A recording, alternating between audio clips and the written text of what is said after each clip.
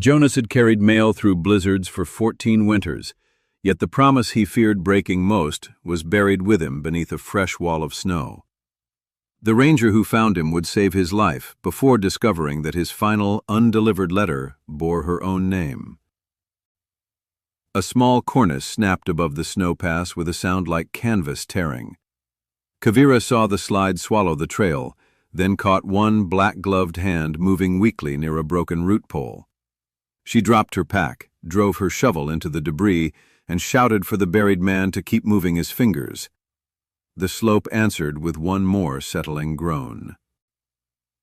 She dug with the speed of someone who understood how little air snow allowed. When Jonas's face appeared, blue-lipped but conscious, Kavira cleared his chest, checked his neck, and hauled his tall frame free with a rope around her hips. He tried to stand. She ordered him not to waste breath pretending. His breath returned in ragged, grateful clouds. Kavira dragged him into the stone emergency shelter below the cornice, stripped away his soaked outer coat, and wrapped him in dry charcoal wool from her own pack. She lit the amber storm lantern, pressed warm broth into his shaking hands, and counted his breaths until the tremors began to ease. Warmth came back painfully, then stayed. Only after Jonas could answer his name did Kavira return for his satchel. She found it wedged beneath a splintered pole, carried it inside, and laid out the rescued mail. One envelope remained undelivered. Green pine wax sealed the flap, and beneath it, in careful ink, stood her full name, Kavira Ashfall. The satchel's brass buckles were bent but closed. Jonas stared at the address, then at the ranger who had dug him from the mountain. Kavira did not touch the seal. Her jaw tightened as if the envelope contained weather. The unanswered question settled between them. Why had a mailman nearly died carrying a letter she had spent months refusing to receive? Neither of them looked away from the name. She checked the feeling in his fingers, replaced 2 damp bandages, and fed more fuel to the lantern before asking anything about the letter. Jonas noticed the order: rescue first, questions later. A promise did not weigh less because nobody watched him carry it, but neither, he realized, did a kindness. That order of mercy mattered more than ceremony. When he tried to offer payment for her blanket and broth, Kavira gave him a level look. "Keep your coins. You can repay me by staying conscious." Then she explained an old road custom. Travelers who freely carried each other's message across a closed route could call themselves roadkin for that journey. The custom sounded practical enough to trust. "It means we may ask for help and speak honestly," she said. "It does not make us married, owned, obligated forever, or anything else foolish people invent." Jonas managed a weak smile. Honesty sounds more dangerous than the past. Kavira's small tusks showed when she almost smiled back. Jonas believed her because she left room for refusal. Jonas accepted the roadkin name only after she asked plainly. Kavira tucked the green-sealed letter into an inner pocket without opening it. Outside, the storm thinned to wind-blown ribbons. Inside, 2 strangers shared lantern heat, a rescued satchel, and permission to ask for help neither of them was practiced at giving. The lantern flame steadied as their breathing did. Before leaving the shelter, Kavira repacked the blankets and made Jonas drink the final broth. He checked every envelope against his route ledger, including hers, but never touched the seal. She watched him count promises with numb fingers and decided the roadkin journey would continue until each scattered message had a destination. Morning made the wreckage look deceptively peaceful. At sunrise they returned to the slide. Blue-white drifts had scattered letters across the slope like trapped birds. Kavira roped Jonas to her belt and set a careful line. He hated the rope for one sharp breath, then forced himself to say, "Tell me where to step." She did, without pity. Kavira began to understand his unusual kind of memory. Jonas recovered a flower order from beneath a spruce tip and named the cabin before reading the front. Kavira tested him with another mud-streaked envelope. He supplied the address, the widow's gate color, and which porch board sagged. Remembering people, he said, was how a route stayed human. Paper and snow both revealed the wind's direction. They worked the debris in narrow strips. Kavira read the snow. Jonas read what the wind had done to paper. He spotted a corner of oilskin under a crusted drift and uncovered a pouch of medicine notices. She found his brass address token. Each discovery made their movements less separate. The saved letters slapped softly against his coat. A gust lifted 3 envelopes toward the cornice lip. Jonas lunged, but Kavira caught his harness and anchored hard. "Mail is replaceable," she said. "People are not." He waited for the gust, then used his long riding crop to hook the letters safely. She nodded once, approval without praise. Her silence belonged to her, not to his curiosity.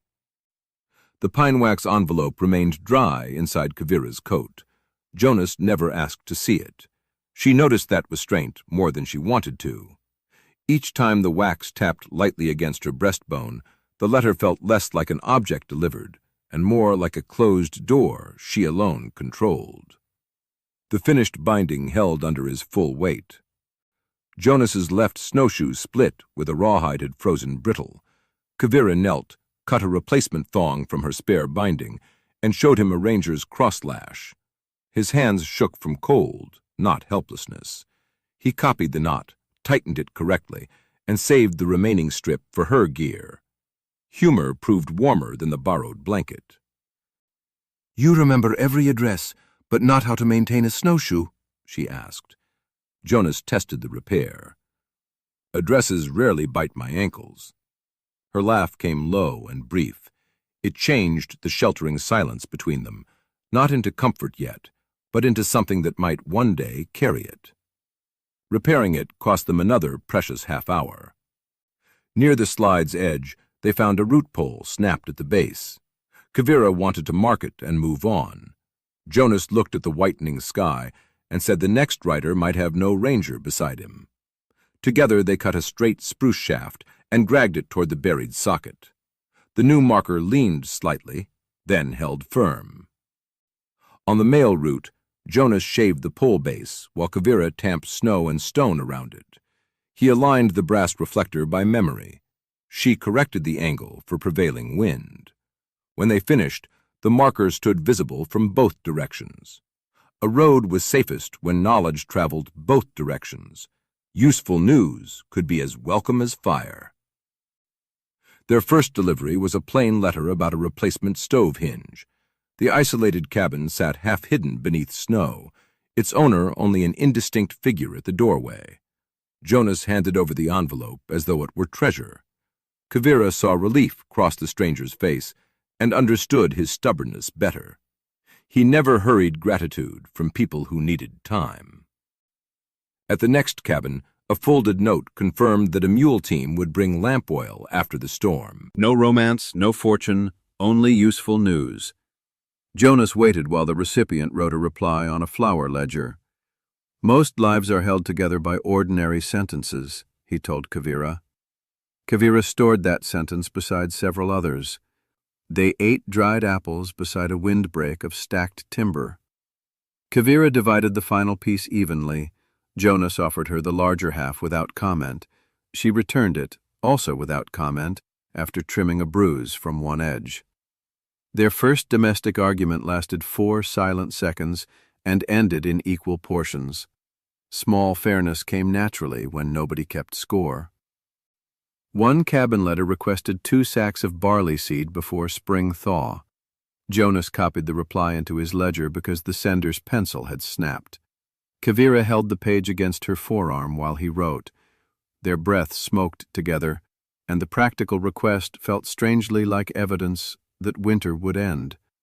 She respected any lesson that could save a life. Kavira showed him how a smooth pillow of snow below a ridge could hide a wind slab. She drew a line with her pole, then cut a shallow test. The layer cracked cleanly. Jonas studied the fracture and said, So the mountain keeps letters, too. She replied, "Yes, but it seals them badly." The post's windows glowed like patient amber eyes. By late afternoon, the ranger post appeared through spruce, its roof burdened with snow and one aged brass bell hanging silent beneath the eaves. Bela, the frontier doctor, pulled Jonas inside before he could protest. Kavira followed with the satchel and the unopened green-sealed letters still against her heart. Jonas lost the argument and gained another bowl. Bela examined Jonas's ribs, pupils, and frost-nipped fingers. "You may ride again when I decide your skull has stopped arguing with your body." Jonas said his skull had seniority. Bela told Kavira to ignore him. Kavira answered that she had already developed the habit. Edric had learned when silence was a kindness. Edric, the older relay keeper, brought hot stew and dry socks. His white beard twitched when he saw Kavira's pocket weighted by the envelope. He asked no question. Instead, he reported that the high route poles had shifted and that a harder storm would arrive within 3 days. Rust streaked the bracket beneath the mute bell. The silent brass bell outside had once guided travelers toward the post during whiteouts. Its clapper was missing, the frame cracked, and the pull rope had rotted away. Jonas touched the weathered housing. "A route should be able to call back," he said. Edric told him nobody had repaired it in years. The lee channel curved like an invisible hallway. Jonas studied the mount despite Bela's orders. He believed the bell could carry through the lee channel between the ranger post and the abandoned relay hut. Kavira checked the ridgeline from the window. If the sound held, it could give direction when poles vanished. The idea made practical sense, which annoyed her less than expected. Snow dust fell around her boots in bright sheets. The next morning, Jonas shaped a brace from ashwood, while Kavira climbed the eave ladder and cleared ice from the bell frame. He passed tools upward, naming each before she asked. She balanced easily above him, forest green coat bright against blue-white snow, powerful and exact in every movement. Pain divided the labor without diminishing either worker. They bolted the brace beneath the aged brass housing. Jonas's ribs protested each turn of the wrench, so Kavira took the heavier leverage without comment. He handled the fine alignment she could not see from the ladder. Their competence fitted together with the quiet satisfaction of joined boards. The failed note made the need feel immediate. Kavira scrubbed old verdigris from the bell lip, while Jonas braided a temporary pull rope. When they tested the assembly, the bell gave only a dull wooden knock. Edric listened from the doorway. "Needs a proper clapper," he said, "and there is only one maker nearby stubborn enough to match it." The envelope seemed heavier after Sayira's name was spoken. Kavira already knew the name. Sayira, her younger sister, shaped signal bells for mountain routes and marked each casting with tiny pine notches. Jonas saw Kavira's hand close over the green wax letter. "She wrote it," he said. Kavira answered, "The handwriting is hers. That is not the same as knowing what she said." Jonas had learned that precise questions opened safer doors. Edric explained that Sayira was due at the post the following morning with freight travelers bound for the relay hut. Kavira considered leaving before dawn. Road-kin honesty stopped her halfway to the door. "I do not want to see her," she admitted. Jonas said, "That sounds different from not wanting her safe." Ordinary cooking gave everyone somewhere harmless to look. That night they cooked barley soup because Edric trusted neither Jonas nor Kavira to rest. Jonas chopped roots at the table while Kavira salted the pot. Bela confiscated his knife when he swayed once. Kavira replaced it with a spoon and said, "A promotion." He bowed gravely. The scar remained hidden, but the question did not. The green-sealed letter lay beside Kavira's bowl, close enough to touch. Jonas kept his eyes on the onions. She finally asked about the scar beneath his hairline. He answered that old injuries made poor dinner conversation. Roadkin may speak honestly, she reminded him. They may also choose the hour, he said. Cold air followed Saira through the opening door.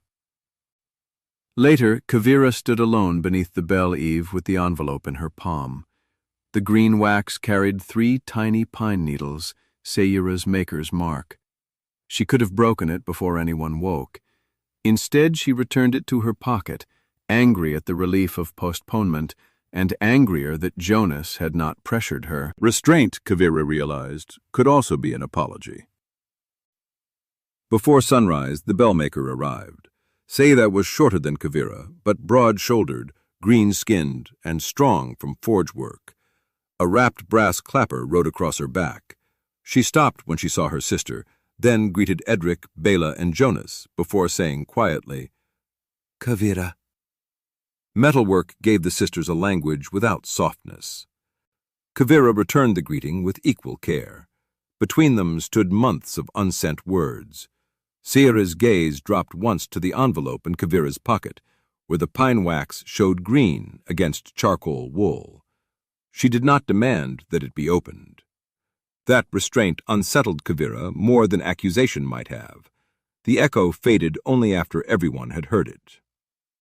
Saira fitted the new clapper, while Jonas adjusted the bell's swing. Kavira held the latter steady, though Saira did not need it. Their hands nearly met over a wrench, then withdrew. Edric filled the space with instructions nobody required. Bela watched all 4 of them, and wisely said nothing. Competence was easier than forgiveness, but not enough. When Jonas pulled the new rope, the brass bell rang clear across the morning. The note rolled into the lee channel and returned as a faint echo from the high slope. Saira closed her eyes to judge the tone. Kavira watched her sister's face and remembered teaching her to hear storms in trees. Work divided them before words could do worse. Saira said the bell would hold direction if rung in measured groups of 3. Jonas marked the rhythm in his route ledger. Kavira repeated it from memory. For one brief minute, they worked as if the old argument had never happened, which proved only that skill could cross a silence before affection did. Her approval was spare enough to feel valuable. Edric prepared to escort Saira and a small, unnamed pack group toward the relay hut with repair supplies. Jonas and Kavira still had scattered mail to recover along the lower loop. The sky looked calm, but Kavira saw high feathers of snow streaming from the ridge. The coming storm had begun moving early. The joke earned him another flash of tusks. On the mail route, Kavira showed Jonas wind-carved ribs that pointed toward stable ground. He noticed where the pattern bent around buried stone and predicted a safer step before she named it. "Observation," she said, "is useful." Jonas replied, "I will embroider that praise on my coat." Some routes survived because someone had bothered to mark them. They found an old lee track tucked behind dwarf pine, almost invisible beneath new snow. Kavira said Saira had once mapped routes by carving small notches shaped like pine needles. Jonas did not glance at the envelope. "Then she trusted wood more than conversation," he said. Kavira answered, "We are related." The letter's mystery now had a craft behind it. At a lonely trapping cabin, Jonas delivered a letter listing the exact dosage for a child's fever medicine. Bela had written it. The adult recipient read twice, then pressed a hand to the page. Kavira saw how information could arrive as shelter.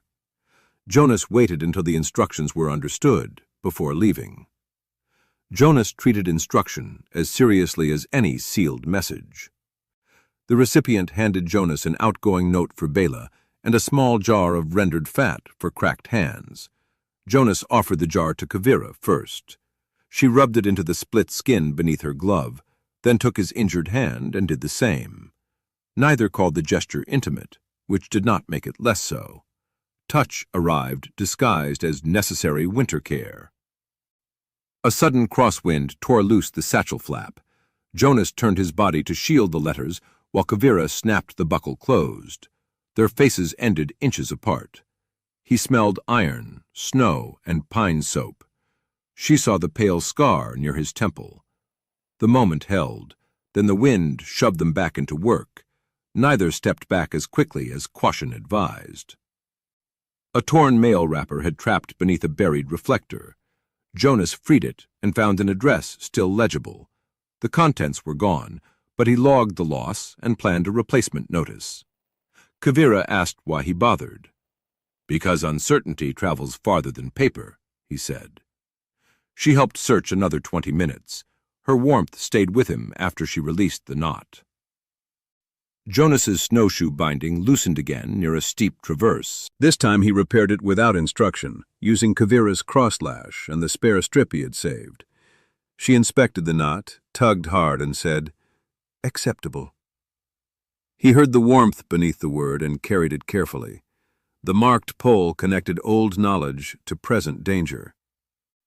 They replaced 2 buried root poles before dusk. Jonas set reflectors. Kavira chose stable sockets. At the second pole, he found a pine notch mark cut into the old wood. It matched the tiny design stamped beside Sayera's wax seal. Kavira touched it through her glove, but still did not open the letter. The tea tasted terrible and still felt companionable. They sheltered beneath a rock shelf while Spindrift swept the trail. Jonas brewed bitter tea in a blackened cup. Kavira leaned shoulder to shoulder with him because the space was narrow, not because either moved closer. He said, "Of course." She asked, "Of course what?" He wisely drank instead. Admitting it loosened something the bandages could not reach. When the gusts eased, Kavira asked again about his accident. Jonas stared at the tea steam. 2 winters earlier, a root bridge had failed beneath his horse. A woodcutter pulled him from the ravine while another rider finished the mail. Jonas had thanked both men and privately felt replaced. Kavira listened without interrupting or trying to absolve him. "I remember lying there while someone else carried my satchel," he said. "Since then, needing rescue feels like proof I failed." Kavira did not soften her voice. "You were injured, not judged." He answered that shame rarely waited for evidence. She understood that kind of stubbornness too well. The better question did not yet have an easy answer. Kavira told him strength was not the refusal of rescue. It was knowing what to do after someone reached you. Jonas looked at the ranger who had dug him free, then at the route they had repaired together. He did not feel cured. He felt given a better question to carry. Her confession sounded rougher than the mountain wind. In return, she spoke of Sayera. During a spring patrol, Kavira had rejected her sister's warning about a shifting slope. No one was hurt, but their argument became cruel. Sayera accused her of treating concern as disrespect. Kavira left before apologizing and answered none of the letters that followed. Jonas let the truth stand without decorating it.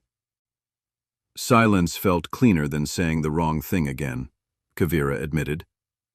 Jonas watched snow thread past the rock shelf. Silence can keep peace only by keeping people apart. She gave him a sharp look. "Is that male wisdom?" "No. That one cost me personally." That choice of patience felt more intimate than touch. Their shoulders remained touching when there was room to separate. Kavira's hand rested near his on the stone.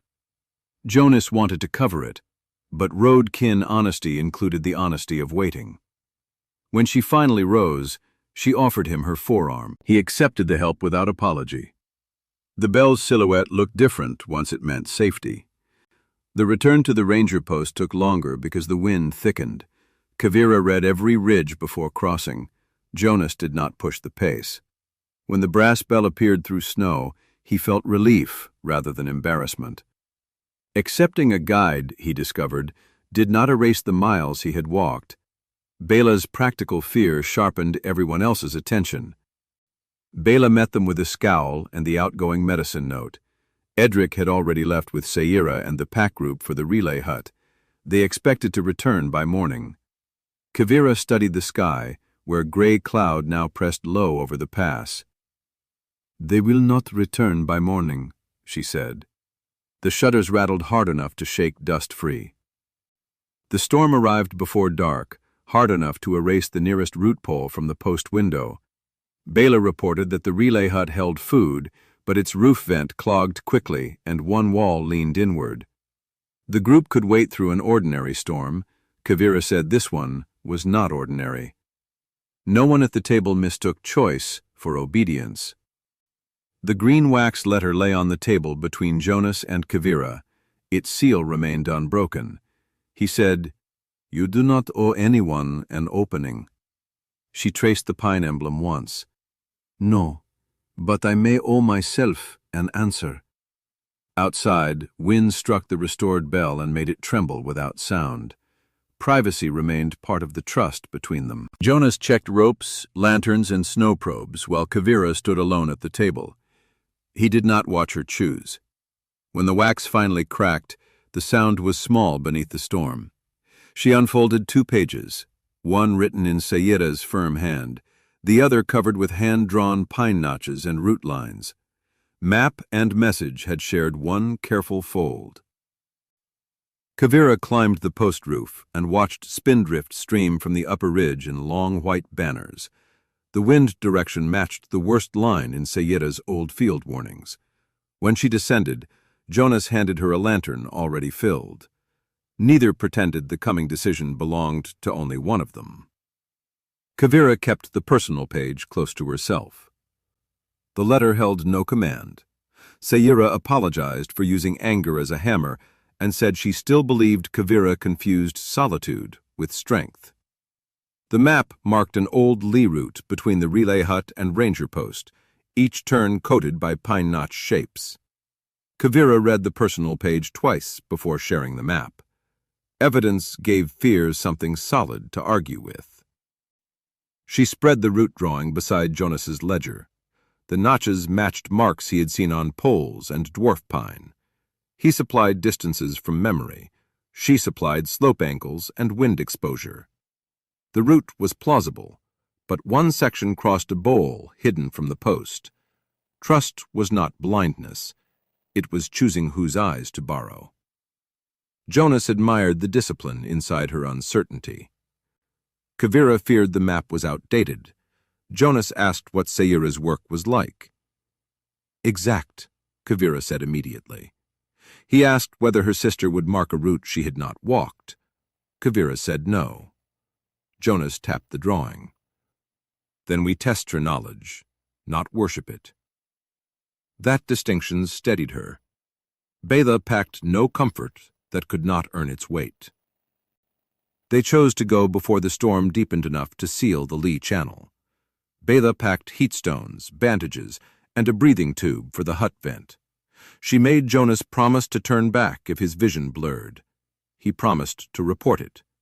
Bela called that progress and looked directly at Kavira. Shared purpose made the load feel honestly measured. Kavira divided the rescue gear by skill, not pride. She carried the probes and heavy rope. Jonas carried medical packets, lantern fuel, and the route ledger. He accepted the lighter load because his ribs mattered to the mission. Duty, he began to understand, did not become purer when performed alone. The words bound nothing except the truth they offered. At the post door, Kavira invoked roadkin. "I am asking you to tell me the instant you cannot continue." Jonas answered, "I am asking you not to disappear into competence when you are afraid." She considered that, then agreed.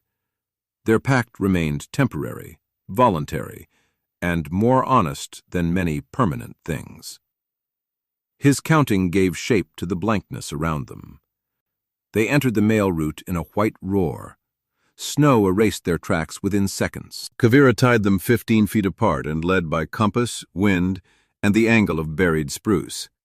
Jonas counted steps between known poles, calling each number clearly so she could correct drift.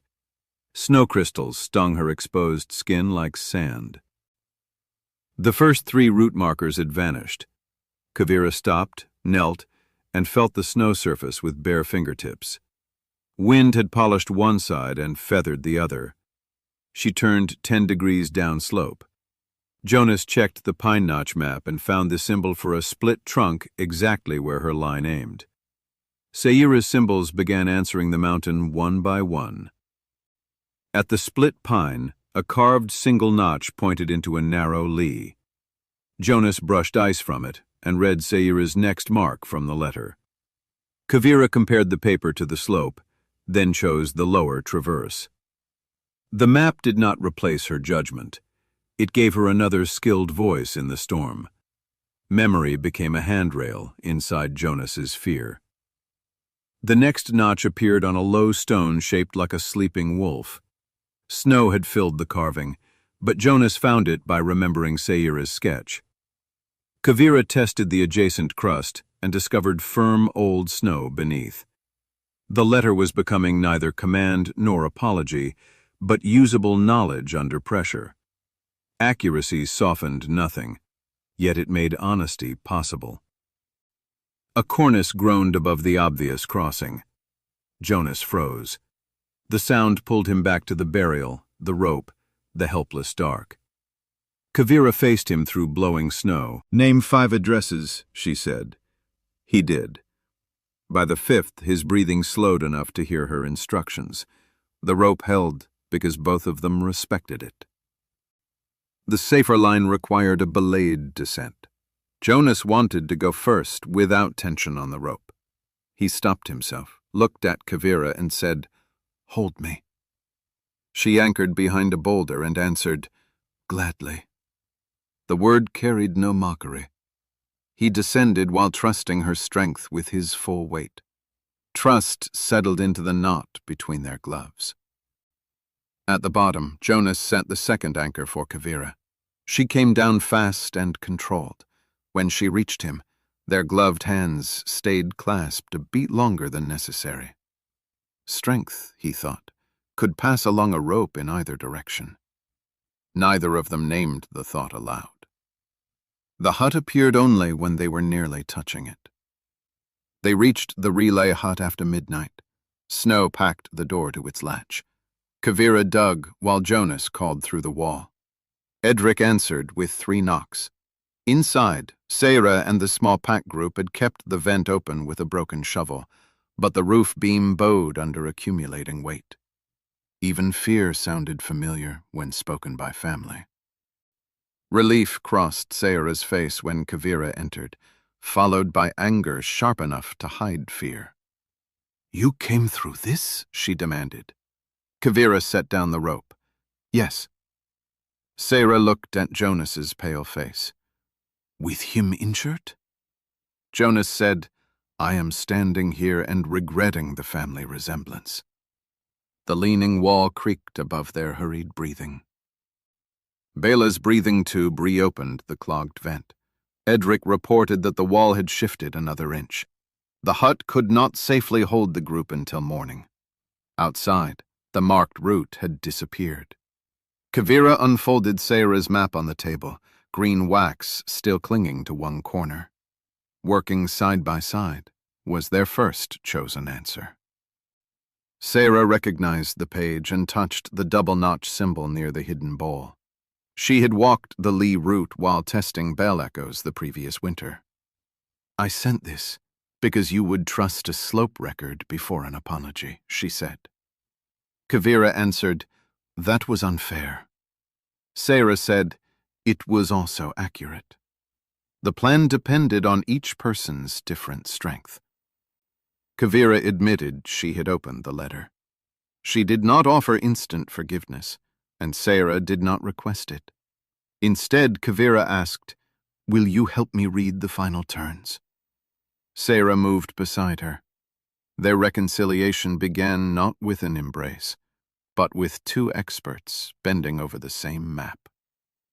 4 breaths might become the distance between safety and loss. They planned the crossing in rope teams. Sayira would count bell intervals. Edric would steady the slower travelers. Kavira would lead. Jonas proposed reaching the ranger post first and ringing the restored bell in groups of 3. Its sound would give the others a fixed direction through the whiteout. Jonas finally offered courage without disguising his need. Edric believed the lee channel would carry the bell if the wind stayed northwest. Sayira corrected the expected echo delay by 4 breaths. Jonas wrote the rhythm on his glove. Kavira studied the hollow between hut and post. The obvious path crossed its center. The letter's root curved beneath dwarf pine. The agreement protected both purpose and limits. Jonas said he could make the post with Kavira guiding him to the last stable shoulder. She refused to let him cross alone from there. He answered, "Then do not let me. Tie the line, test the slope, and make me follow the plan." Accepting help was no longer the same as surrendering purpose. Checking each other became a form of respect. They agreed Kavira would lead Jonas to the safe side cut, anchor him toward the post, then return for the group. He would ring only after reaching shelter. She asked if his head was clear. He answered honestly that he was afraid and able. She said, "Both can be true." The probe's sudden drop chilled everyone more than wind. Kavira checked every knot herself, then let Sayira check hers. The sisters held each other's gaze over the rope. "If your map is wrong, I will complain for years," Kavira said. Sayira tightened the final knot. "Then come back and be unbearable." It was the nearest thing to a blessing they could manage. Her choice came from judgment, not obedience to paper. Outside, the obvious trail vanished into a smooth white bowl. Kavira drove her probe ahead and felt resistance, then sudden emptiness. A dangerous hollow yawned beneath a thin bridge of wind-packed snow. One heavy step could drop a traveler into buried rocks. She raised her fist and stopped everyone. Green wax flashed whenever her lantern crossed the sleeve. The pine notch map showed a hooked line along the bowl's lee edge. Kavira compared it to the wind feathers, the buried dwarf pine, and the hollow beneath her probe. Then she made the decisive turn away from the familiar route. "We take Sayira's line," she said. "Exactly, until the split rock." He followed training instead of the panic inside him. She led Jonas first, testing every pace. The letter stayed inside a clear oilskin sleeve against her wrist, its green wax fragment visible beside the drawn notches. At each symbol she found a matching cut in bark or stone. Fear remained, but it no longer had sole authority. His request sounded like faith rather than command. Near the safe side shoulder, a slab cracked behind Jonas. He lunged forward and nearly tore the rope from Kavira's hands. Instead of wrenching free, he dropped flat as she had taught him. She arrested the slide, crawled close, and waited until he said clearly, "I can continue." Every borrowed skill traveled with him through the storm. Kavira anchored him beyond the split rock and pointed toward the unseen ranger post. 180 steps, bearing east by southeast. The ground rises after the second spruce. Jonas repeated every detail. Then he looked at her. "Come to the bell." She answered, "Bring us there." The familiar knot closed a circle neither had planned. Jonas crossed alone only in distance, not in knowledge. Kavira's bearing guided him. Sayira's notches shaped the route. Bela's heatstone warmed his chest, and Edric's bell lore waited ahead. He counted steps until his glove struck the ranger post wall beneath the screaming wind. Sound became the only straight line left in the world. Ice had frozen the bell's new clapper against its housing. Jonas climbed the short eave ladder, ribs burning, and used his mail knife to free it. The temporary rope had also snagged around the brace. He rebuilt the line with the crosslash Kavira had taught him, then dropped to the ground. Kavira answered the bell with one raised gloved hand. He pulled 3 times. The aged brass bell rang warm and enormous through the whiteout. Jonas waited 4 breaths, then rang 3 again. The sound traveled into the lee channel, a direction made audible. At the relay hut, Kavira lifted her head. Sayira whispered, "He made it." Each echo carried Jonas's persistence back toward them. Between bell signals, Jonas braced one boot against the post wall and forced his breathing steady. Each pull sent pain through his ribs, yet he did not hide it from Bela when she checked him. She tightened a support wrap, then let him continue because the group still needed the sound. Steady rhythm mattered more than heroic speed. Kavira led the first rope team toward the bell. After every 3 notes, Sayera counted the echo and called the correction.